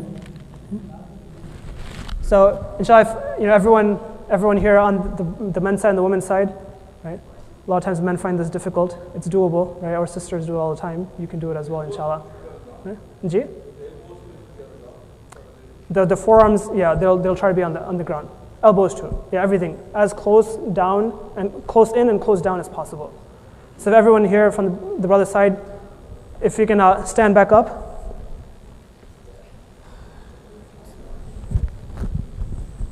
Stand up. And now we're going down in sajda as the woman will do it. So our feet are already closed in. They're spaced in together, right? They're together. They weren't spaced out. So Allahu Akbar as we're going down. Okay. The knees have touched the ground first. Put the hands close to your body, as close to your body as possible. The knees are not going to be spaced out. The knees are going to be close in together as well. You put the hands down close. And you put your head down between your hands. The only additional thing is just turn your feet so that they're facing the right side. So your buttocks are as close to the ground as you can have it then. Sorry? We'll talk. Now once you get up from the sajda, you recite your tasbih, your gaze is at the bridge of your nose, you say Allahu Akbar, and now you're sitting in the jalsa position, or depending on which sajda was, it could be the qa'da position. Okay? Now, for the men, we'll do it first as the men would do it. You have your left foot facing the right side. So your toes are facing right of the left foot. Right? So the toes of the left foot are facing right. Yeah, your entire foot is, you're sitting on your left foot, and your left foot is flat on the ground, toes pointing towards the right side. Okay? Your right foot is such that your right foot is erect, but the toes are facing the qibla. Okay? So the toes are facing the qibla, the right foot is erect. You're sitting on the left foot. Okay? And your hands are on your thighs. Okay? They're naturally spaced. They're on your thighs. They're not on the knees such that they're pointing down. They're on the thighs itself that they're pointing towards the qibla. Okay? Inshallah. If the brothers have any questions, inshallah, we'll take them at the end. Okay? Now, that's for the men. Is that clear for everyone? For the men? For the women, the easiest way to understand this is everyone, for the men and the women, everyone just sit as we just talked about how the men would sit. So you're sitting on the left foot is facing the right side, the right foot is erect. Okay? So everyone's sitting in that manner. Okay? If everyone's sitting in the man's position, all you have to do is just tilt yourself over to the left a little bit until your buttocks are on the ground. Okay? Just tilt yourself over a little bit until your buttocks are on the ground. What will happen is both feet will now turn to the right side. Okay? That's the woman's position. So they're sitting on the ground, both feet are turned towards the right side. Okay?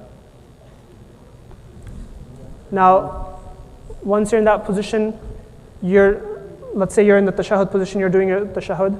Right? You've said your tashahhud, now it's time to say ashhadu an la ilaha illallah. So your hands, when you're saying ashhadu, right before you're about to do the negation, your fingers are coming up such that the thumb and the middle finger have formed a circle. The inner fingers have come inside, and now the index finger will be raised at La ilaha illallah. Okay? And then thereafter the finger is just dropped. That position of the hand remains. You're not going to flatten your hand out. It just remains as is. Okay? So come to reach that position or to remain like this? The finger will just be dropped. After drop. It just after drop, there's a little bit of space between your thigh and the finger. Okay? So ashhadu la ilaha illallah. It's not, you're not trying to curl it in or anything. It just, all you do is just drop it. Just drop the finger. Yeah, you're not trying to fold the finger in. It's just the tip of the thumb and the tip of the middle finger, just touch them. The circle that forms, that's fine. Yeah. Okay. So la ilaha illallah, and you drop it on illallah. Okay. Sorry? Till you finish your salah or till you stand up for third rakat. Okay. Now at that point, if you had more rakats, you will stand at this point, or if you had to finish your salah, you recite if the brothers can hold the discussion until, to the end or a different place, it'll be appreciated. So, right, we normally associate that to the women, right, not to the brothers. They are excited. Yeah, mashallah. So at that point, you're towards the end of your salah. If you're at the end of your salah, you've said the durood, you said your dua, and now it's time to end the salah. At this point, you turn to the right, looking over your right shoulder is where your gaze is. You turn to the right and you say, Assalamu alaikum wa rahmatullah. And then you turn to the left, looking over your left shoulder, saying, Assalamu alaikum wa rahmatullah. If you're the imam, then you're going to say, Assalamu alaikum wa rahmatullah, Assalamu alaikum wa rahmatullah. Right?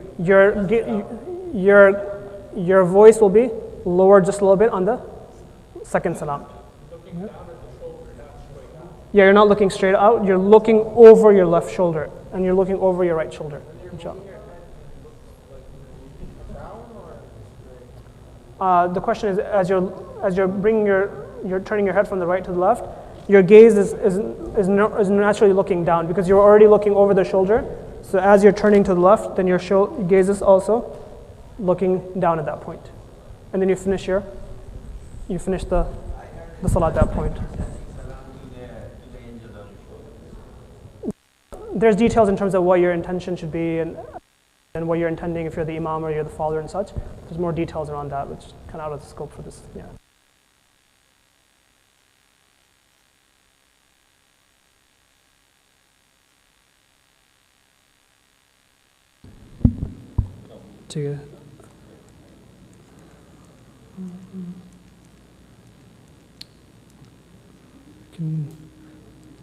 There is a witr, Eid, and Janaza that can be covered maybe like in 15 minutes, or we can just end.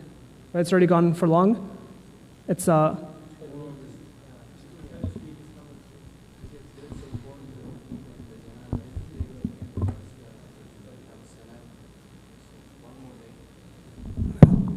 So it's up to the people. It's about 15 minutes for Eid and Janaza, or if people are getting restless, then we can just end.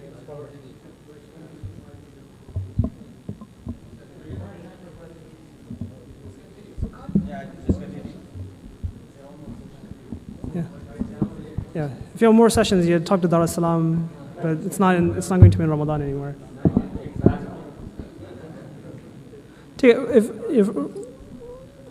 For those people who want to take a break, they're welcome to do so. For those who are interested, we'll just finish up with their Eid and Janazah really quick. Okay? It starts off the same way. I'll just run through this really quickly. The only difference within witr will be that, as we mentioned, any non-fard prayer, you have to recite a surah in the third and fourth rakat as well. So in witr, after Surah Fatiha, you recite another surah. And then when it's time in the third rakat, after you recite the surah, you have to do the qunut. So your gaze is already going to be looking down. You will raise your hands for that takbir the same way as you raised it when you were starting the salah, except your gaze is still facing down now. Where before you started the salah, you were looking straight. Now you're within salah, so you're looking down. Hands are palms towards the qibla. For the men, the hands come up towards the earlobes. For the women, they come up towards the chest, and they're tied back how they were tied back. They were tied before. And at that point, you do the qunut, and then ruku, and you finish the salah regularly.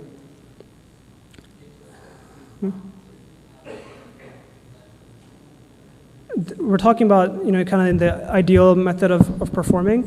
Then in that case, during the qunut, your hands are also tied in that standing position. Now, Eid Salah. Okay? It's the same for Eid al-Fitr and Eid al-Adha. Okay? The same rules apply. Okay?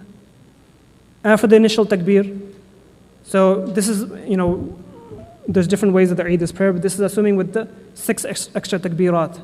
3 extra takbirs in the first rakat, 3 extra takbirs in the second rakat. Okay? So you start off the salah the same way that you normally start salah. At that point, thana is recited. Okay? Thereafter,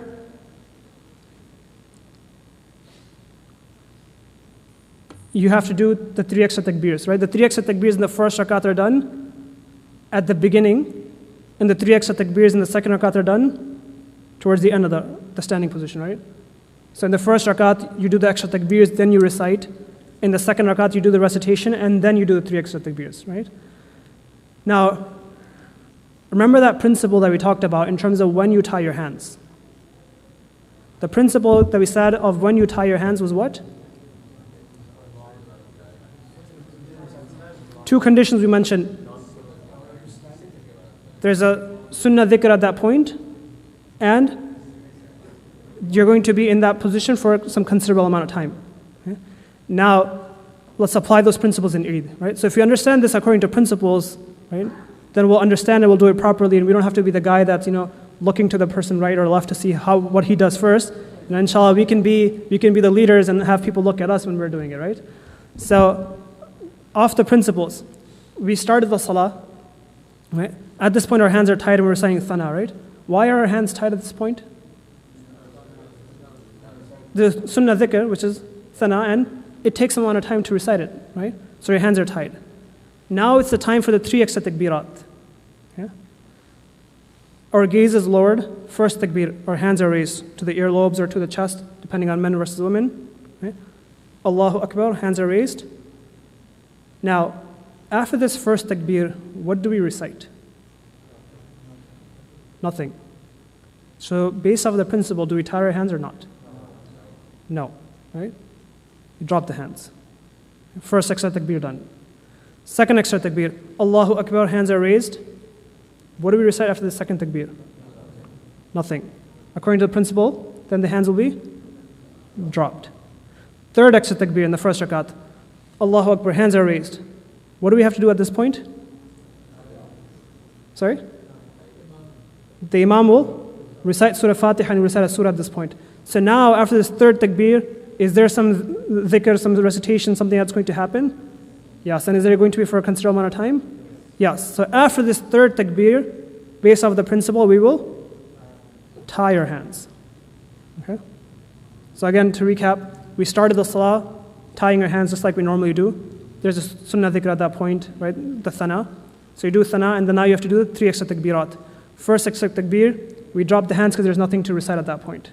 Second takbir, we raise our hands and we drop it again because there's nothing to recite at that point. Third takbir, we raise our hands, but we will tie them because Imam is going to recite Surah Fatiha and another surah at this point. Okay?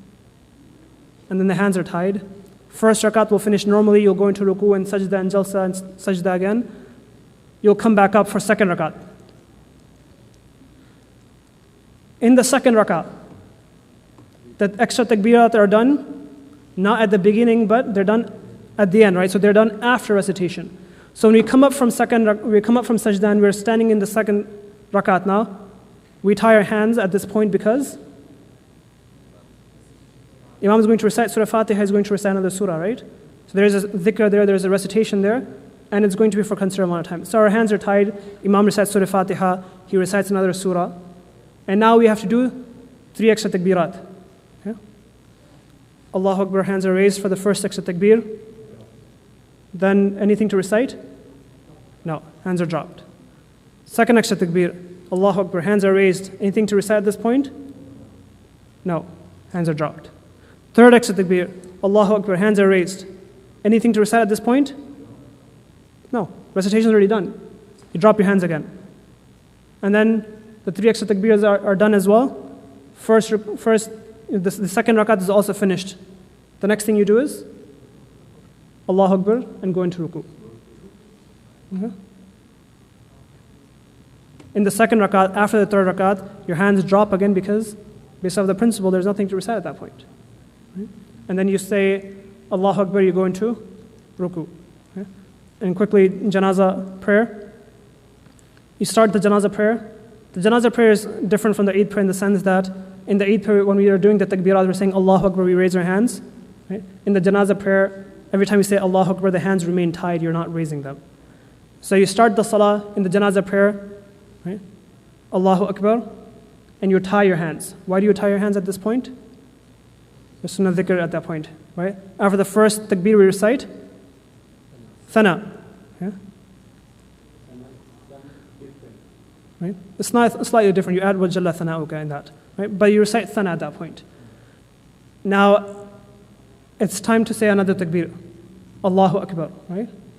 We don't raise our hands in janazah. Right? Say Allahu Akbar, but do we keep our hands tight or do we drop them? What do we have to recite at this point? We do the durood after the second takbir here, right? So that's sunnah dhikr at this point. You're in that position for some considerable amount of time. So you keep your hands tied because you're doing the durood at that point. Allahu Akbar, right? Third takbir. You don't raise your hands, but do you keep them tight or do you drop them? What do you have to do after the third takbir now? The janazah dua, right? This is sunnah dhikr. It's going to take some time, so you keep your hands tied. Yeah? Allahu Akbar. Fourth takbir. Yeah? After this fourth takbir, do you keep the hands tied or dropped? Based off the principle. What do you recite after the fourth takbir? Salam is separate. What do you recite after the fourth takbir? Nothing. There's nothing to recite after the fourth takbir. You just remain silent for a moment, and then you're going to say salam. So after the fourth takbir, is there anything to recite? No. So of the principle that we learned, what do you do after the fourth takbir? You drop the hands. Right? You drop the hands. At this point, everything is done. It's time to say the salam. Assalamu alaikum wa rahmatullah. Assalamu alaikum wa rahmatullah. The hands are actually left on the sides at this point. Okay? Some ulama mentioned that you can still keep them tied, and which is what we see normally people practice is we see a lot of people just keep their hands tied at that point. But based off of the principle, right? At that point, after the fourth takbir, there's nothing to recite. The hands will actually get dropped. The hands will be on your sides when you do the Assalamu alaikum wa rahmatullah. Assalamu alaikum wa rahmatullah. One common thing noticed is in the takbeers, people have noticed. So some people raise their hands or raise their head during takbirat. There's nothing that you're supposed to do for that. Inshallah, once we're... Oh, sorry. One major thing we use while we're doing Namaz, we should look all the time because people looking here and there, and you Right. look at them and keep looking at you. So we mentioned like where the gaze should be throughout the salah, inshallah. So that's been mentioned. Okay, inshallah, with that we'll take a quick 2-minute break. For those who want to stay, they can stay. There's a lot of questions, but I will mention that for those people that alhamdulillah took the suggestion and wrote out their questions, I'm going to try to address all the questions that are written first. So I apologize for not being able to take any verbal questions that you may say out loud. Inshallah, we'll take 2 minutes, and then inshallah, for those who want to stay for the Q&A are welcome to stay for the Q&A. For those who wish to leave, they're welcome to leave as well. We just ask if you're leaving, then any discussions and talk be outside the masjid. So for those who are interested in listening, they have an ability to listen, inshallah. Subhanallah bihamdi, subhanallah bihamdik, nashhadu an la ilaha illa anta, nastaghfiruka wa natubu ilayk.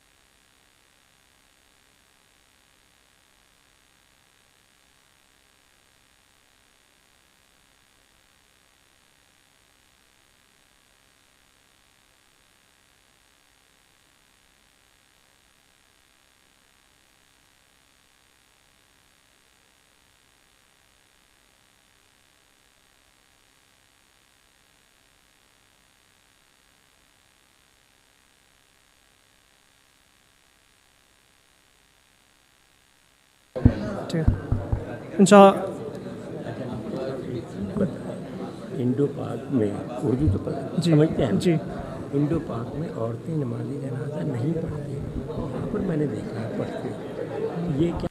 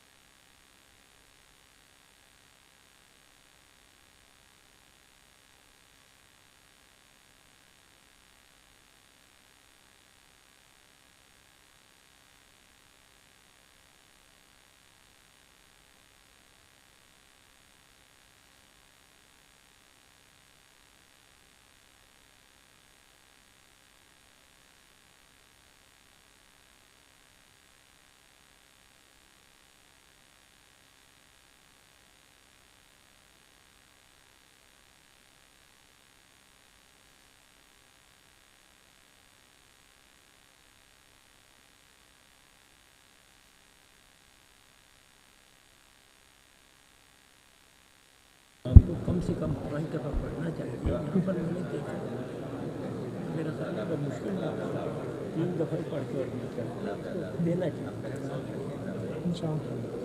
आपने कहाँ से की ये भक्ति? South Africa से, south Africa. अच्छा, सारे south Africa से की जाते हैं। अपने यहाँ पर भी खैर सुने होने लगा है। अब यहाँ पर भी शुरू हुआ। अच्छा, साउथ अफ्रीका में कैपिटल में कौन सा मदरसा? हम जो गए वो डरबन के पास था। अच्छा, वो दूसरा मुफ्ती अजीम मुफ्ती मिनहाज दूसरे वाले को गए। हाँ, नहीं वहाँ पर मेरे भी कज़न थे, नज़ीर हसन थानवी, शाबिर थानवी, उनसे जी। उन्होंने भी साउथ अफ्रीका में किया था, लेकिन जो सेटल भी वहीं हो गए। अच्छा, ये हमको ज़रा क्वेश्चन बहुत ज़्यादा इसको आंसर करें कि ये तो ऐसे क्वेश्चन बेकार ही होगा। ठीक है इंशाल्लाह। हर चीज़ तो क्लियर कर दी।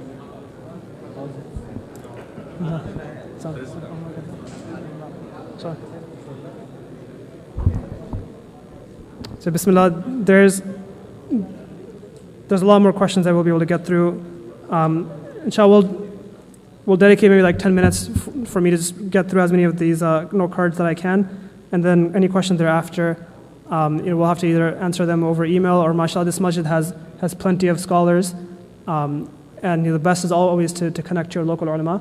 So whatever question that we don't get through, I apologize, but alhamdulillah, you have enough resources here that can help answer, inshallah. There's a question about if the imam says the closing salam before you get to say your durood. Then in that case, what you'll do is, as long as you finish your tashahhud, you'll make salam and you'll finish the salat. You won't continue doing durood.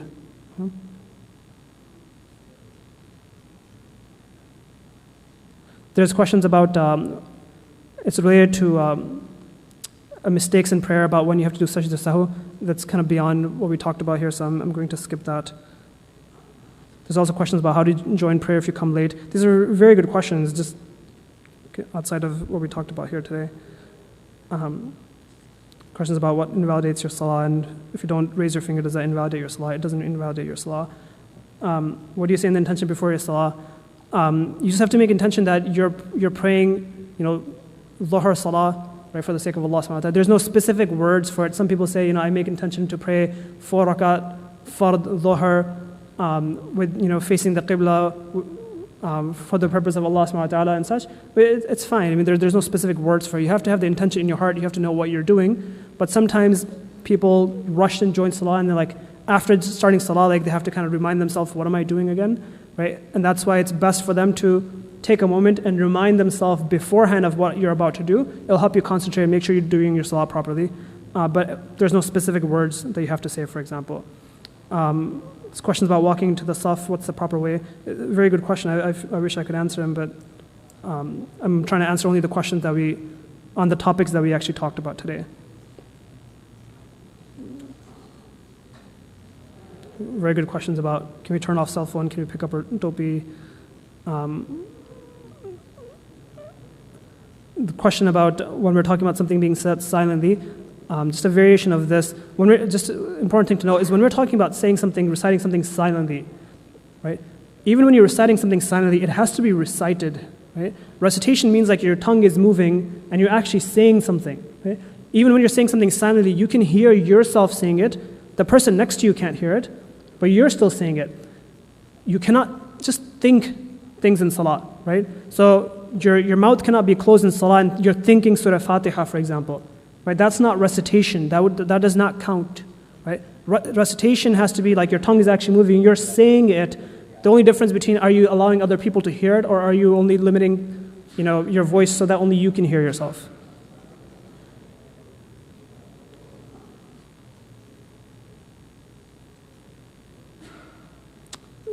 Somebody wants to just make sure that, yes, if you're following behind the imam, you do not say Surah Fatiha or any other surah. Difference between the madhabs? Sure.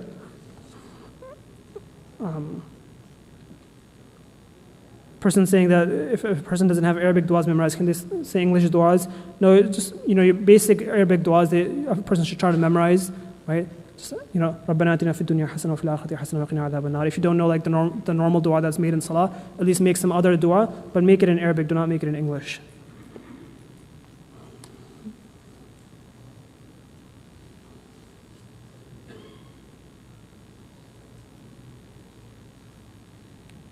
Question about when we're not reciting behind the imam. concentration in that sense and such. I mean, one thing to note is when you're standing behind the imam, right? Just like in Taraweeh, you're behind the imam, you're not reciting, but you should still have concentration, right? Your ability to recite is not the same as like your concentration. How many people will finish Salah and you ask them to go back and say, which 2 surahs did you recite in Salah? And they're not sure whether it was Inna Atana Kal Kawthar or like was Wal Asr or what it was, right? Right? Your recitation is not equal to like concentration. You can have concentration in Salah without reciting, right? Just like we try to do in Taraweeh, right?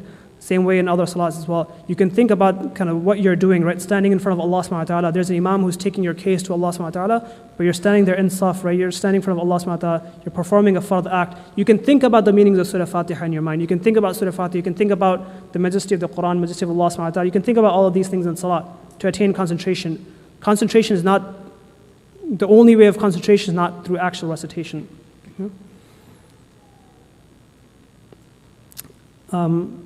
Suggestions on good books on the topic. Maraqi Sa'adat is translated into English. Ascent to Felicity, it's called. It's actually a good book. It's an easy read. It's got good explanations. It doesn't have pictures and diagrams, but it's clear enough that a person can read it and understand it. The best thing, however, is still that you take a class with someone. Right? That's still the best. Books should be like a reference point such that if something came up and you can't recall what the ruling of that was, then you quickly pick up a book and you check it. Right? But your learning should still come with a teacher. Ascent to Felicity. It's available online easily. Should we say anything in Jalsa? You technically don't have to say anything in Jalsa. However, ulama recommend that you do try to say something in Jalsa for 2 reasons. One, because some of the other imams have made it necessary that you recite something that's in that position. So just to accommodate for the other imams, especially if you're the imam, you will try to recite something in Jalsa, some short dua or such. And also some ulama have recommended to recite something in the Jalsa position because of what they've seen people doing in terms of not giving that position its due right. And hence, for that reason, some ulama have mentioned, recite something in Jalsa just to make sure that you at least have proper time that you're sitting in there. If a person has a hard time with any of these positions, then they can do what is most easiest for them. Can you recite 2 surahs in 1 rakat? Yes. Yes, you can recite more than 1 surah in 1 rakat. When you're in the ruku or sajda position, your feet, for women, they're going to be close together anyway. But for men, you don't have to make an effort to bring your feet in together. Your feet will be where they were. So when you go into sajda, your feet are in the same positions where they were when you were standing.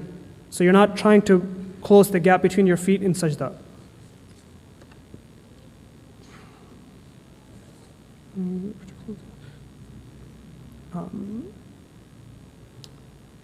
It's okay to close your eyes. There's also a lot of other good questions about fiqh of prayer. It's outside of what we're talking about, though.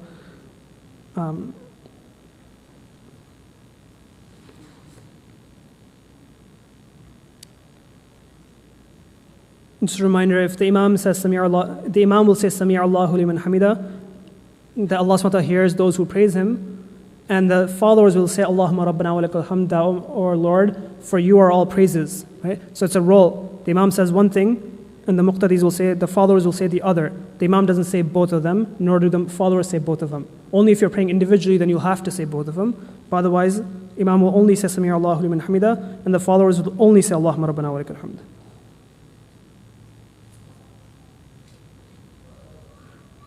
Question about at what point of in the takbirs do you actually start the motion?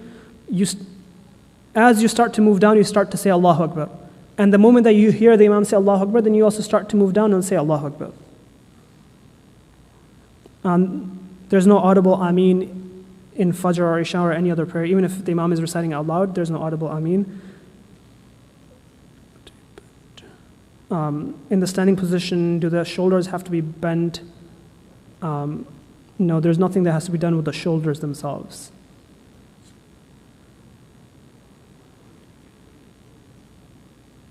When we're talking about no recitation for the follower, we're not talking about just audible recitation, we're talking about recitation period. Right? So your imam, for example, you go as a delegation somewhere, right? So you appoint a person that you are our imam and you're going to, on behalf of our delegation, go talk to somebody. Right? Now, when that happens, the person that you have appointed as your leader in that delegation, his responsibility is to do the talking on behalf of the group, everyone behind him can't just jump in and keep talking, right? It's similar in Salah. You have an imam who is now taking your recitation to Allah subhanahu wa ta'ala. You're part of that delegation. He is your imam and you're his follower. He will do the recitation. Everyone doesn't do the recitation.